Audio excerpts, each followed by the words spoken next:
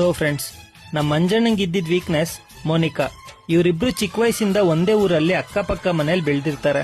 ಮೊದ್ಲು ಫ್ರೆಂಡ್ಸ್ ಆಗಿದ್ದಿದ್ ಇವರಿಬ್ರಿಗೆ ಹೋಗ್ತಾ ಹೋಗ್ತಾ ಪ್ರೀತಿ ಉಟ್ಕೊಳ್ಳುತ್ತೆ. ಇಬ್ರು ಒಬ್ರನ್ನೊಬ್ರು ಎಷ್ಟು ಪ್ರೀತಿ ಮಾಡ್ತಾರೆ ಅಂದ್ರೆ ಒಬ್ರನ್ ಬಿಟ್ಟು ಇನ್ನೊಬ್ರು ಇರಲ್ಲ ಅನ್ನಂಗಿರ್ತಾರೆ.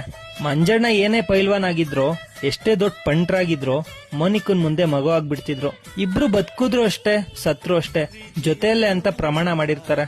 ಮೋನಿಕನು ಅಷ್ಟೇ, ಮುಗ್ದೆ. ಅವಳಿಗೆ ಮಂಜಣ್ಣನ್ ಬಿಟ್ರೆ ಬೇರೆ ಪ್ರಪಂಚನೇ ಇಲ್ಲ ಅನ್ನಂಗಿದ್ಲು. ಹಿಂಗಿರ್ಬೇಕಾದ್ರೆ ಊರಲ್ಲಿ ರಕ್ತದಾನ ಶಿಬಿರ ಒಂದ್ ನಡೆಯುತ್ತೆ. ಅಲ್ಲಿ ಒಬ್ಳು ಮೆಡಿಕಲ್ ಸ್ಟೂಡೆಂಟ್ ಬಂದಿರ್ತಾಳೆ, ಸ್ವಾತಿ ಅಂತ. ಇವಳಿಗೆ ಮಂಜಣ್ಣನ್ ಮುಗ್ಧತೆ ಮತ್ತೆ ಒಳ್ಳೆ ಗುಣ ನೋಡಿ ಅವ್ರ ಮೇಲೆ ಇಷ್ಟ ಆಗಿ ಮಂಜಣ್ಣನ್ಗೆ ಪ್ರಪೋಸ್ ಮಾಡ್ತಾಳೆ. ಆದ್ರೆ ಮಂಜಣ್ಣ ಇತ್ಕೊಂಡು, ನಂಗೆ ಈ ಜನ್ಮಕ್ಕೆ ಮೋನಿಕಾ ಇದ್ದಾಳೆ, ಅವಳನ್ ಬಿಟ್ರೆ ಬೇರೆ ಯಾರು ಆ ಜಾಗನ ತುಂಬಕ್ಕಾಗಲ್ಲ ಅಂತ ಹೇಳ್ತಾರೆ. ಇದನ್ ಕೇಳಿದ್ ಸ್ವಾತಿ, ನೀವ್ ಸಿಗೋವರ್ಗೂ ನಾನ್ ವೇಟ್ ಮಾಡ್ತೀನಿ, ವಿಧಿ ಅನ್ನೋದಿದ್ರೆ ನೀವ್ ನನಗ್ ಸಿಕ್ಕೇ ಸಿಗ್ತೀರಾ ಅಂತ ಹೇಳಿ ಅಲ್ಲಿಂದ ಹೊರಟು ಬಿಡ್ತಾಳೆ.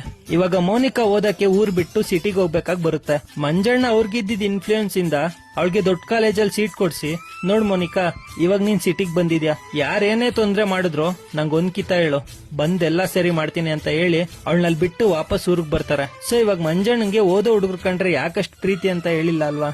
ಅದ್ರಿಂದ ಒಂದ್ ಫ್ಲಾಶ್ ಬ್ಯಾಕ್ ಸ್ಟೋರಿ ಇದೆ, ಅದನ್ನ ನೆಕ್ಸ್ಟ್ ಪಾರ್ಟ್ ಅಲ್ಲಿ ಹೇಳ್ತೀನಿ. ಸೊ ಈ ಸ್ಟೋರಿಲ್ ಬರೋ ಎಲ್ಲಾ ಪಾರ್ಟ್ಸ್ನು ಪ್ಲೀಸ್ ಮಿಸ್ ಮಾಡ್ದಂಗ್ ನೋಡಿ ಫ್ರೆಂಡ್ಸ್.